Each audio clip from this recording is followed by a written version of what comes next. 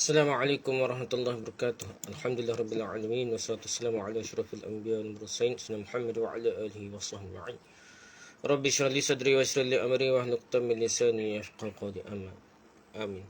Amma ba'du. Kita sambung balik kita syarah kitab tauhid dan kita masih bincang bab sihir dah. Ya, ada dua dalil dah kita bincang dah, kita masuk dalil ketiga pula dah. Dalil ketiga dalam bincang bab sihir ni yang dibetulkan dalam kitab tauhid dari Abu Hurairah radhiyallahu katanya dari Nabi sallallahu alaihi wasallam, beliau bersabda, "Ijtanibus sab'al mubiqat." Qalu ya Rasulullah wa ma hunna? Qala asyirku billah was-sihru wa qatlu nafsi allati harramallahu illa bil haqq wa aklu riba wa aklu malil yatim wa tawalli yawmaz zuhfi wa qadhful muhsanatil mu'minatil ghafilat. Jauhilah 7 dosa yang membinasakan al-mubiqat. Mereka berkata, wahai Rasulullah, apa sahaja dosa yang membinasakan tersebut? Beliau bersabda, pertama syirik kepada Allah. Yang kedua sihir. Yang ketiga membunuh jiwa yang haram untuk dibunuh kecuali jika melalui jalan benar. Yang keempat makan riba. Kelima makan harta anak yatim. Keenam lari dari medan perang. Ketujuh qazaf, menuduh wanita mukminah yang baik dengan tuduhan zina. Hadis Al-Bukhari nombor 1706 dan Muslim nombor 89. Jadi situ ada sihir dah. Ada sihir dalil untuk cerita syirik ni lah, berkaitan dengan akidah kena sihir dah. Istanibu bermakna jauhilah. Ada ungkapan yang lebih mendalam, maknanya dibanding tinggalkanlah. Jauhilah dekat betul lah. Kerana boleh jadi seorang itu meninggalkan suatu hal, tapi dia masih tetap berada dekat dengannya dah. Lolo dah. Sedangkan berdasarkan hadis ni, Nabi merintahkan agar menjauhinya, duduk dekat dengan sihir, dengan syirik. Dengan tok bomo, syirik ke sihir ke apa, jauh lah. Dekat pun tidak boleh.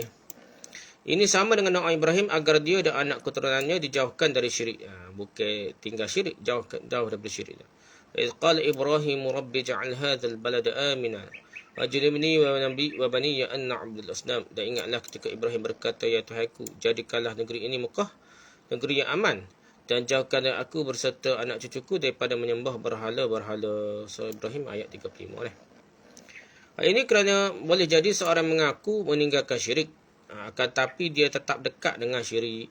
Sedangkan syariat ni, agama kita melarang kita mendekati dengan syirik. Kerananya segala hal yang boleh mengantar, membawa kepada syirik juga dilarang oleh Allah Ta'ala. Imam Bukhari dalam Sahih Bukharinya membuat bab syirki wa sihru minal mubiqat. Bab syirik dan sihir termasuk dosa yang membinasakan. Syirik dan sihir ibu sekali dah.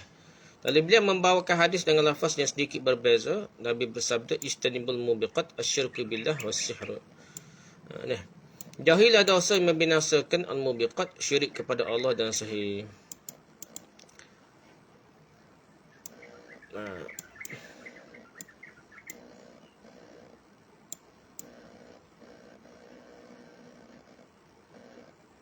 Hadis Al-Bukhari lah.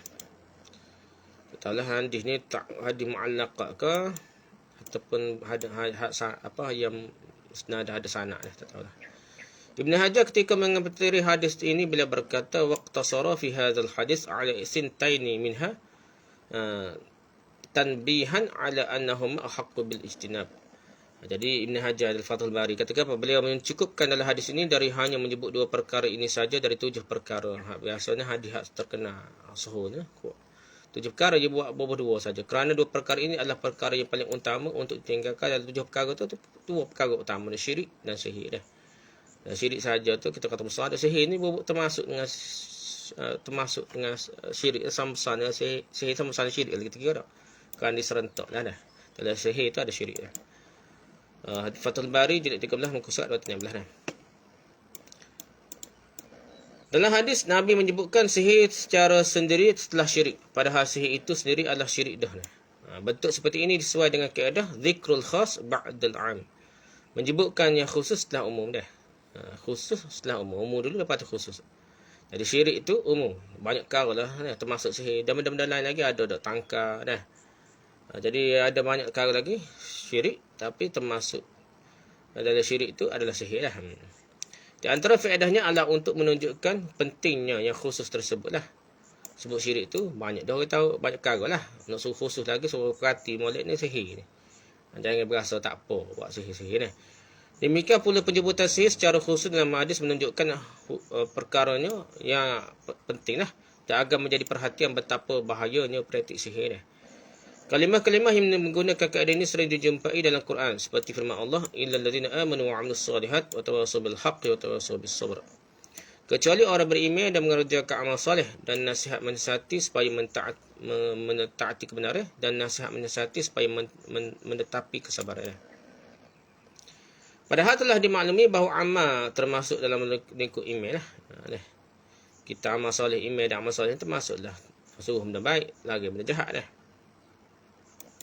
Dan suruh sabar, menetapi kesabaran dah.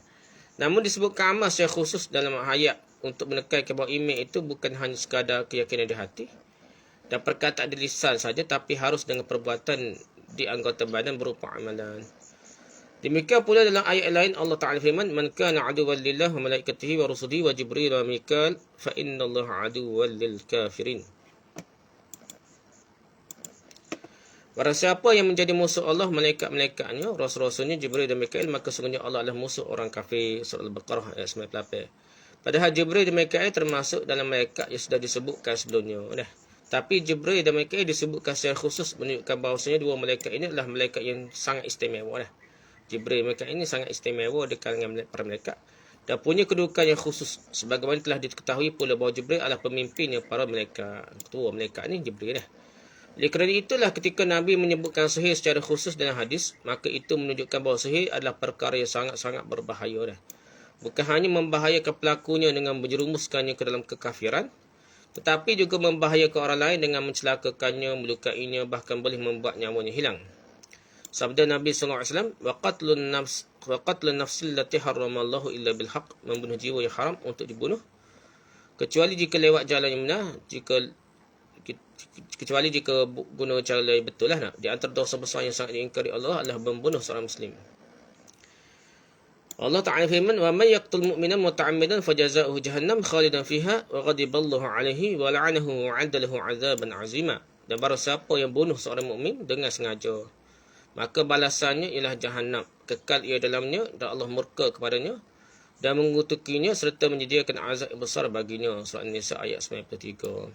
Ini kisah orang Cina pun saya tepuh orang budak ada sokong kata-kata tak sengaja ke apa dah.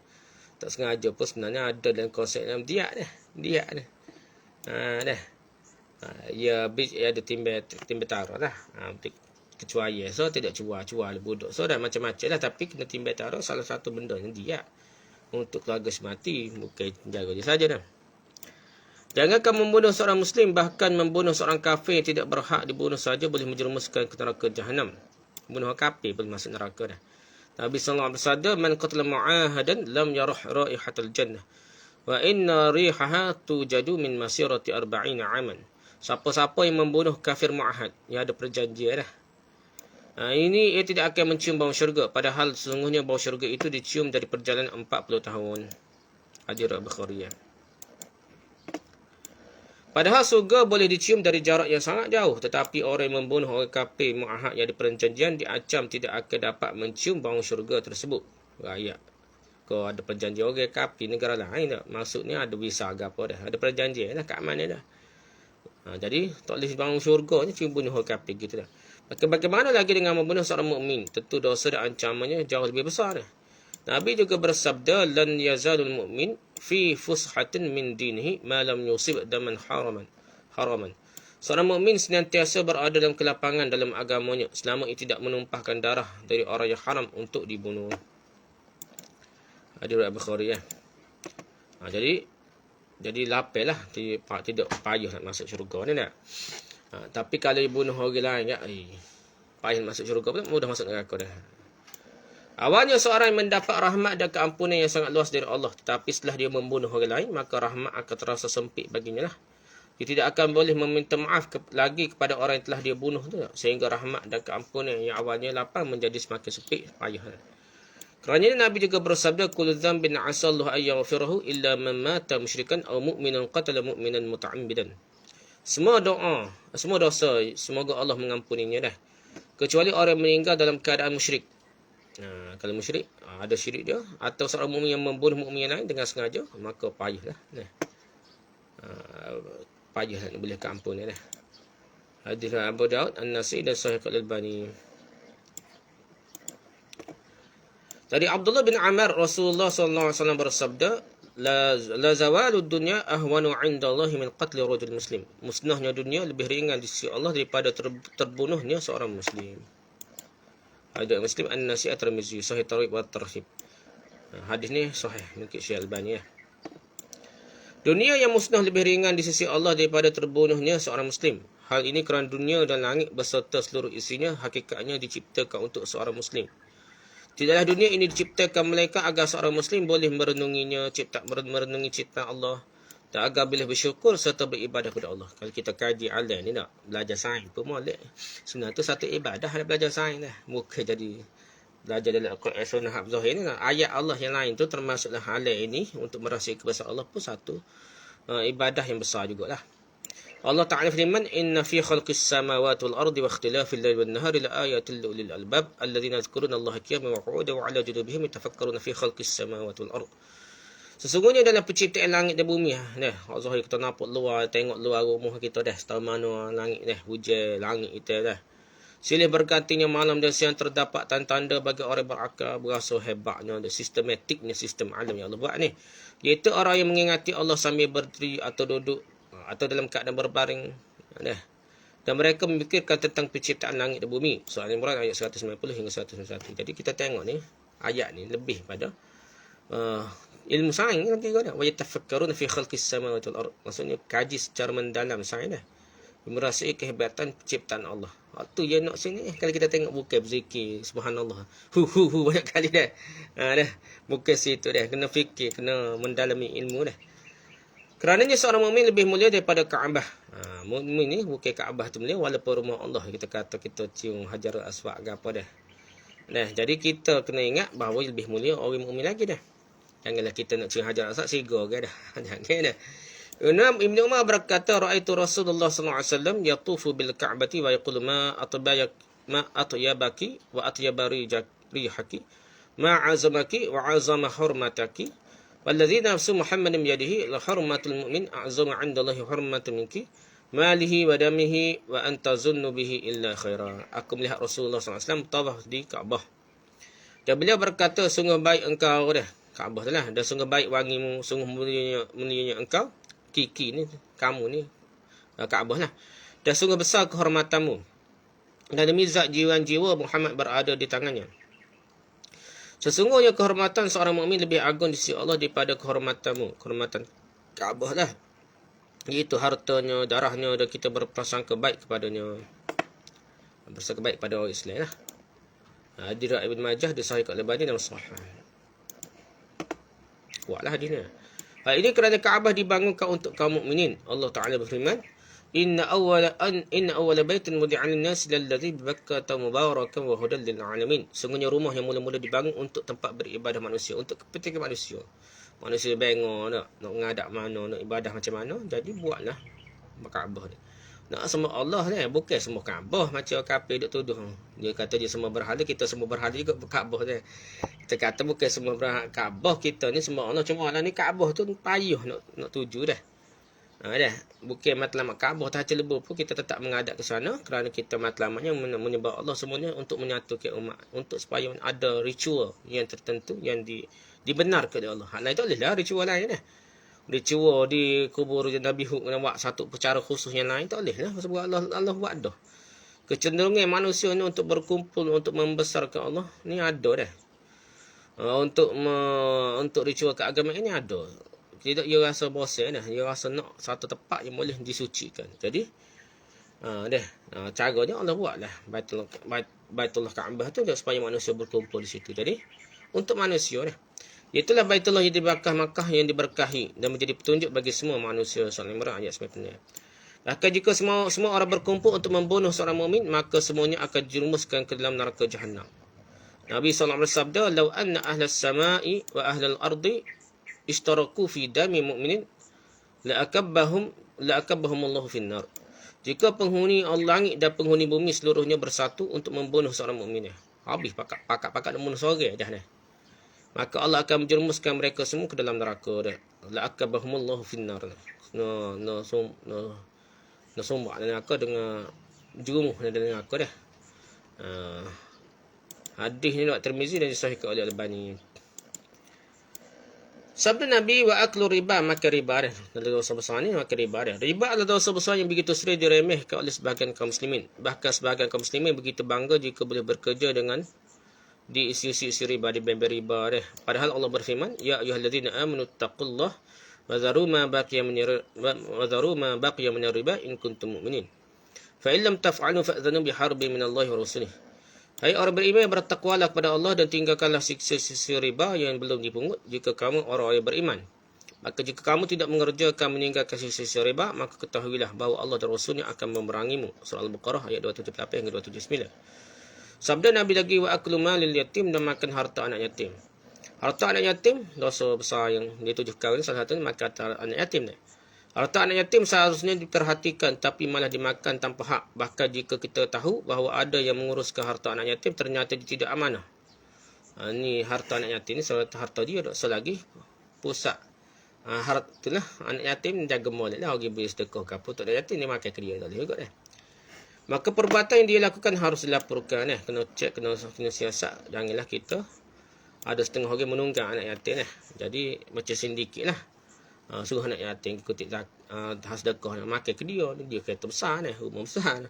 Anak yatim ni susah Ada juga gitu Macam-macam lah manusia ni Ada setengah tu buat kenduri kematian ada anak kecil, ada orang susah buat kenduri kematian, makan tak lebah, makan harta anak yatim. Ada juga Nabi berkata, amma jurhur ruwati wasyuhudi wal umana'i 'ala sadaqati wal awqafi wal aitam wa nahwihim fayajibu jurhuhum 'inda al-hajati wa la yahillu as-satru 'alaihim idza ra'a minhum ma yaqdahu fi ahliyyatihim wa laysa hadha min al-ghaibah al-muharramati bal min an-nasihah al-wajibah wa hadha mujma'un 'alaihi.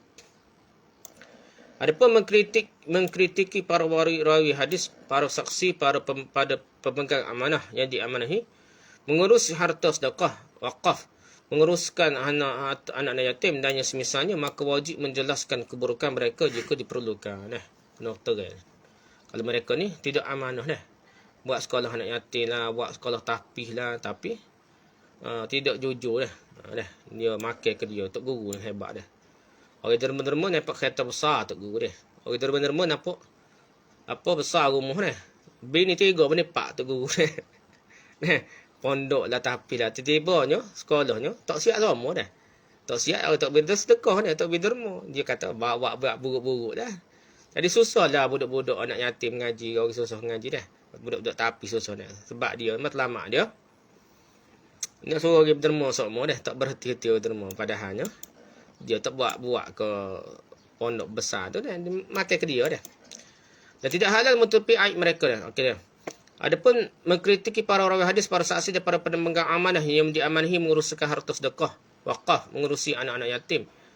Dan semisalnya maka wajib menjelaskan keburukan mereka jika diperlukan, jika mereka tidak jujur ke apa salah guna duit harta tu.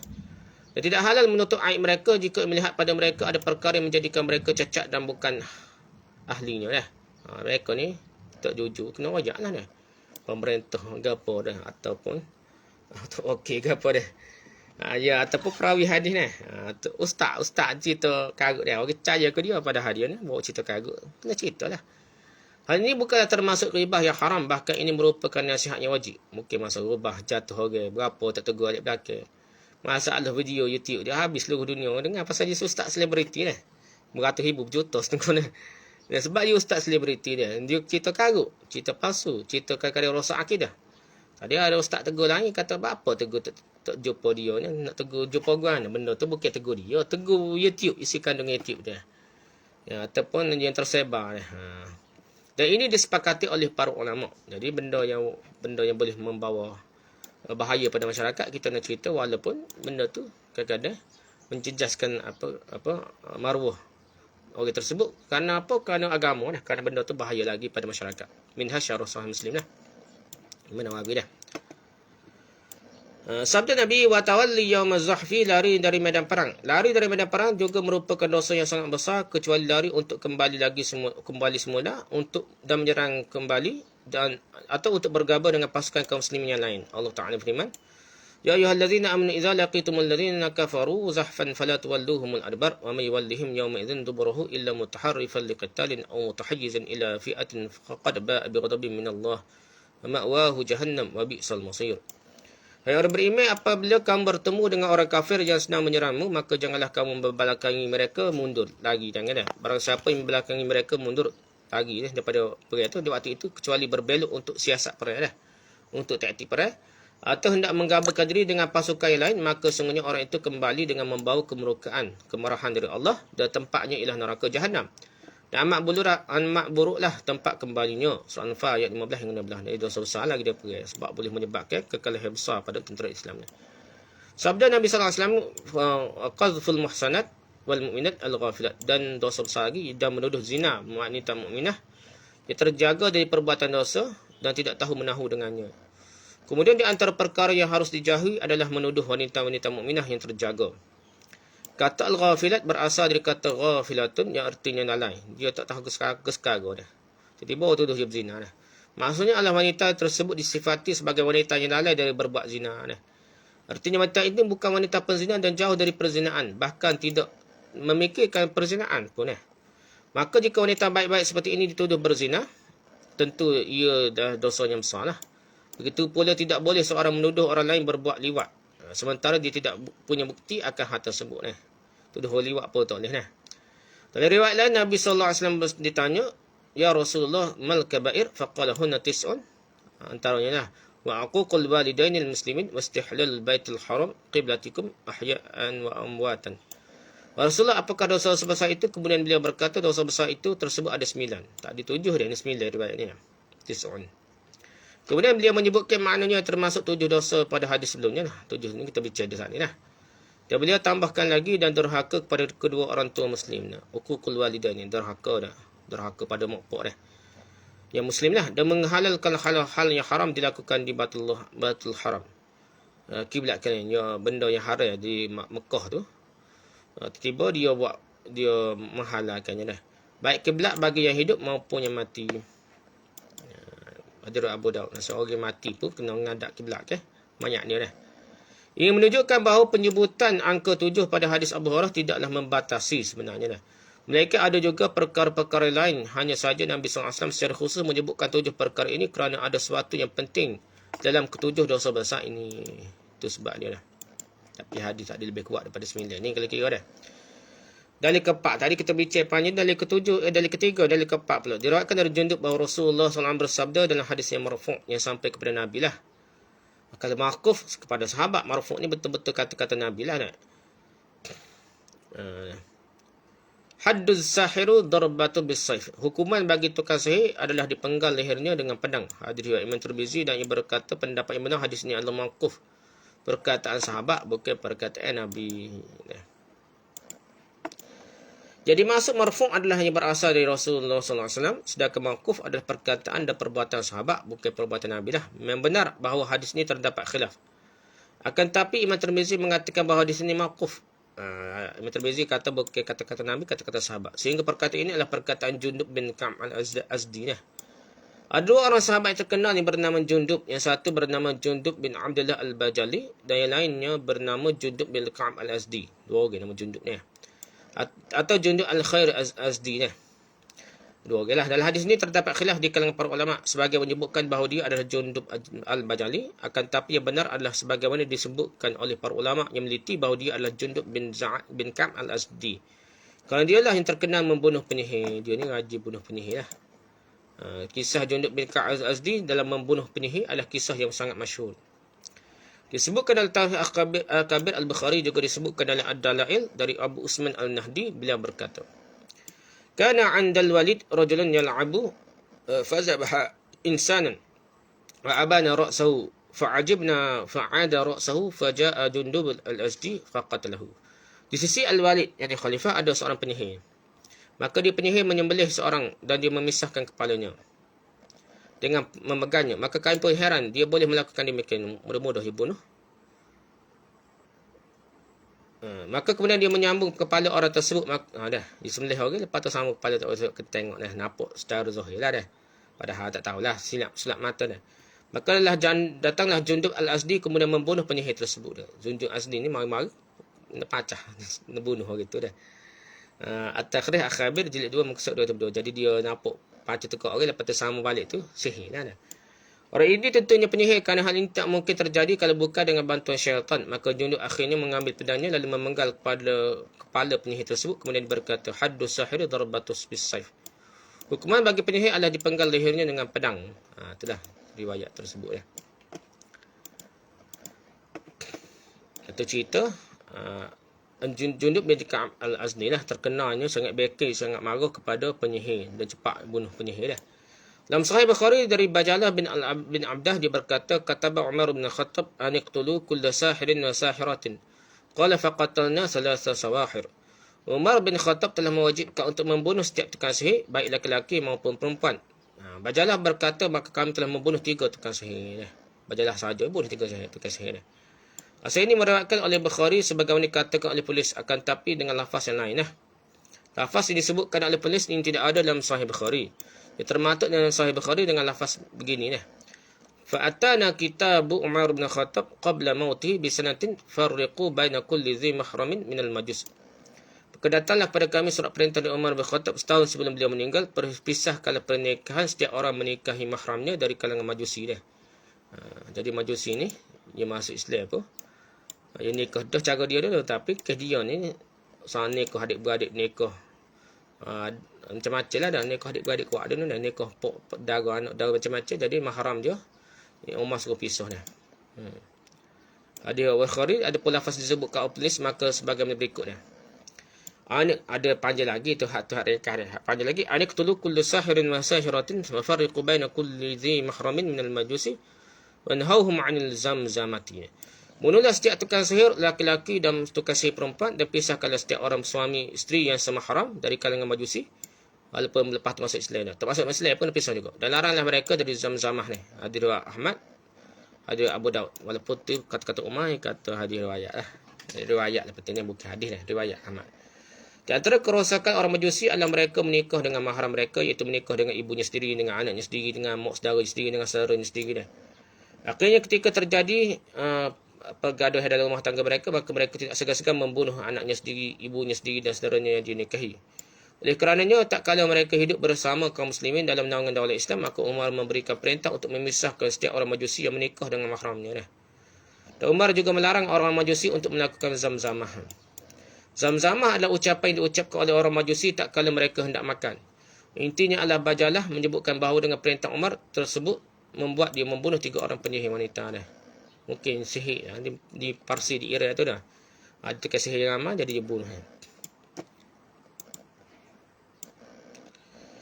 Ibnu Qudamah berkata, wa hadza ushtihara falam yubkar wa kana fakana ijma'an. Falam yunkar wa fakana ijma'an. Dan kisah perintah Umar ini untuk membunuh para penyihir sangatlah masyhur dan tidak ada yang mengingkarinya, maka ini adalah ijma' sahabat lah. Ijma' sukuti kali dah.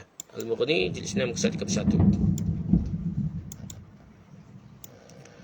Hukuman bagi penyihir. Dan dalam Sahih Bukhari juga Hafsah radhiyallahu anha telah merintahkan untuk membunuh budak perempuan yang telah menyihirnya, maka dibunuhlah ia, dan begitu juga riwayat yang sahih dari Jundub. Imam Ahmad berkata diriwayatkan dalam hadis sahih bahawa hukuman mati terhadap tukang sihir ini telah dilakukan oleh 3 orang sahabat Nabi, iaitu Umar, Hafsah dan Jundub. Terkait dengan hukum penyihir, banyak sahabat yang mengatakan bahawa hukum bagi penyihir adalah dibunuh. Telah datang riwayat yang sahih yang menyebutkan bahawa 6 sahabat yang memerintahkan untuk membunuh para penyihir. Di antaranya adalah Umar bin Khattab, Hafsah, Ibnu Umar, Jundub Al-Azdi, Qais bin Sa'ad dan Utsman bin Affan. Ini orang sahabat dah. Demikian juga sebagaimana telah lalu tak kala datang perintah Umar untuk menyuruh para sahabat membunuh para penyihir, maka tidak ada dari para sahabat yang mengingkarinya. Maka ini dinamakan ijma' sukuti. Ini mak senyap pakat sepakat dah. Kalau tak ada lawan dah. Iaitu para sahabat sepakat dan diam dan tidak melakukan protes terhadap apa yang dilakukan oleh Umar bin Khattab. Pendapat yang lebih rajih untuk hukuman bagi penyihir adalah dibunuh. Namun di sana ada khilaf tentang hukuman bagi penyihir, iaitu sebagai berikut. Sebenarnya khilaf lagi lah. Pasal kita tidak bunuh kecuali sampai matilah. Pendapat pertama, hukumannya dibunuh secara mutlak. Inilah pendapat yang lebih benar, tanpa membedakan model sihirnya seperti apa. Kerana penyihir itu hakikatnya dia telah murtad. Sedangkan Nabi bersabda, man badala dinahu faqtuluh. Siapa-siapa yang mengganti agamanya, bunuhlah dia. Hadis riwayat Bukhari dia. Pendapat kedua, hukuman yang diperincikanlah. Hukuman yang dirinci dilihat dari jenis sihirnya. Jika memakai bantuan syaitan, maka hukumnya dibunuh. Jika tidak memakai bantuan syaitan ataupun dia tak tahu dia pakai bantuan syaitan, maka dirinci lagi lah. Jika sihirnya menyebabkan orang lain mati, maka dia dibunuh. Ini tak terkira lah sihir pakai jin kau. Kira siapa mati kena bunuh. Hal ini kerana kaedah an-nafsu bin nafsi, jiwa dibayar dengan jiwa, sebagaimana sabda Nabi SAW. La yuhallu damu mri'in muslim yashhadu an la ilaha illallah wa anni rasulullah illa bi ihda thalathin as-sayyibu zani wan nafsu bin nafsi wa tariku lidinihi al-mufariqu lil jamaah. Tidak halal darah seorang muslim yang telah bersaksi bahawa tiada Tuhan yang berhak untuk disembah selain Allah dan aku adalah utusan Allah, kecuali satu dari 3 orang berikut ini. Seorang janda yang berzina, seorang yang membunuh orang lain, dan orang yang keluar dari agamanya memisahkan diri dari jemaah, yakni murtad. Itu benar. Hadis riwayat Muslim. Jadi seorang yang bunuh orang lain, dia sepakat keluar dari agama ni ada perbincangan kerana ada riwayat lain memisahkan diri dari jemaah.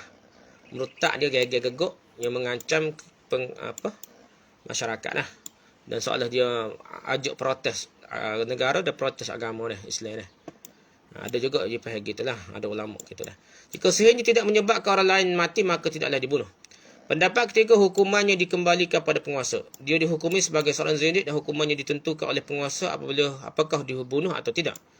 Zindik adalah seorang yang statusnya Muslim namun menampakkan kekufurannya atau melakukan perbuatan yang menunjukkan kebenciannya terhadap Islam. Maka jika demikian, hukumnya adalah kembali kepada pemerintah. Jika dibunuh terdapat maslahat, maka dibunuh. Dan jika tidak dibunuh, maka tidak dibunuh. Nah dah, tengok maslahat. Kesimpulan dari banyak pendapat ini, pendapat yang lebih tepat adalah pendapat pertama, iaitu dibunuh secara mutlak tanpa membezakan jenis sihirnya. Artinya adalah jika seorang ketahuan melakukan sihir dan benar-benar berhubungan dengan syaitan, maka dia hendaklah dibunuh. Dan pendapat inilah pendapat yang lebih kuat. Ini mengikut syekh ni lah. Pendapat ini lebih baik dan mendatangkan maslahat bagi agama dan kaum muslimin. Sungguh betapa banyak terseksanya, sakit, menderita, bahkan meninggal kerana sihir. Jika ditegakkan hukum yang tegas, maka para penyihir akan menjadi takut untuk mempraktikkan sihirnya.